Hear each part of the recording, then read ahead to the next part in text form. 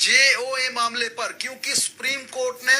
एक और आदेश पारित किया है, एक और फैसला सुनाया, और इस बार 447 यानी कि पोस्ट कोर्ट संख्या 447 पर सुप्रीम कोर्ट ने फैसला सुनाया। क्योंकि ये मामला जिस प्रकार से लिटिगेशन की ओर बढ़ता जा रहा है, पहले 556, 817, हालांकि 817 वाले बार बार कह रहे हैं हमारा कोई कसूर नहीं है, हमारे आप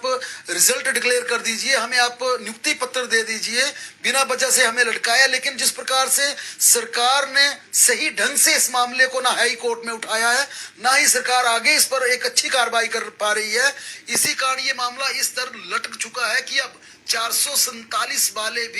447 वालों ने भी सीएलपी दायर कर दी है। हाई कोर्ट में ये केस एडमिट हो गया, माफ कीजिए, सुप्रीम कोर्ट में ये केस एडमिट हो गया है, और 447 वालों ने अपनी सीएलपी में, अपनी पिटीशन में ये कहा है कि उनकी भर्ती भी आरएनपी रूल्स के तहत होनी चाहिए थी, क्योंकि 1470 पदों पर यह भर्ती की गई थी 447 की, और इसके लिए कैबिनेट में एक फैसला हुआ था, क्योंकि शुरुआती दौर की यह भर्ती थी, उस दौरान सभी प्रकार के डिप्लोमा को सरकार ने मान्य कर लिया था। बाद में कैबिनेट में मंत्रिमंडल की बैठक में यह निर्णय लिया गया था कि इस भर्ती के लिए जितने भी डिप्लोमा दिए गए हैं उन्हें मान्य किया जाए, उन्हें वैलिड किया जाए, उन्हें पात्र माना जाए, उन्हें लीगल माना जाए। मंत्रिमंडल के इस फैसले के बाद 470 पदों पर भर्ती हुई थी। अब इस भर्ती से बाहर हुए तमाम उन अभ्यर्थियों ने सुप्रीम कोर्ट का दरवाजा खटखटाया है, और उनका कहना है कि जिस प्रकार से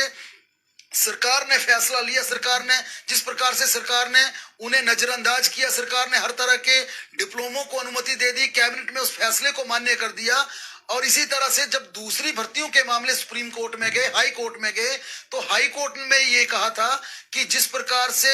आपने आरएनपी रूल्स के तहत भर्ती की है, भर्ती उसी प्रकार से होनी चाहिए। अब इसी को आधार मानते हुए 447 में भर्ती प्रक्रिया से बाहर हुए कैंडिडेट्स सुप्रीम कोर्ट पहुंचे, और सुप्रीम कोर्ट ने इस पर बाकायदा नोटिस जारी किया हिमाचल प्रदेश की सरकार को, और कहा गया है कि इसमें 810 जो रिस्पोंडेंट हैं उन्हें बाकायदा उस पूरी भर्ती प्रक्रिया का, उस पूरे फैसले का डिटेल में उन्हें इसकी जानकारी दी जाए। यानी कि अब सरकार की मुसीबतें धीरे धीरे जेओए मामले में बढ़ती जा रही हैं, संकट उनके लिए बनता जा रहा है। ये तीनों ही भर्तियां इस समय लिटिगेशन में जा चुकी हैं, अदालत में जा चुकी हैं। पहले से ही 817 वाले बार बार सरकार पर दबाव बना रहे थे कि उनकी भर्तियां घोषित कर दी जाए, लेकिन अब जिस प्रकार से 447 का मामला भी सुप्रीम कोर्ट पहुंच गया है, हालांकि इसमें भर्तियां हो चुकी हैं, लोग रेगुलर हो चुके हैं।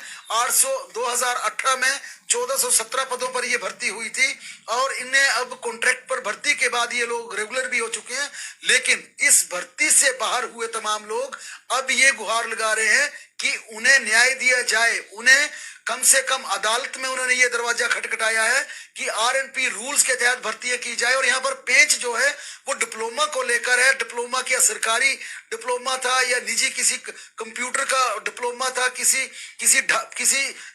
प्राइवेट डिप्लोमा वाला लिया गया, इनकी कई प्रकार की इसमें बातें कही गई हैं, और साफ तौर पर यह कहा गया कि डिप्लोमा वही मान्य किया जाए जिस डिप्लोमे को एक सरकारी सिस्टम से जारी किया गया है।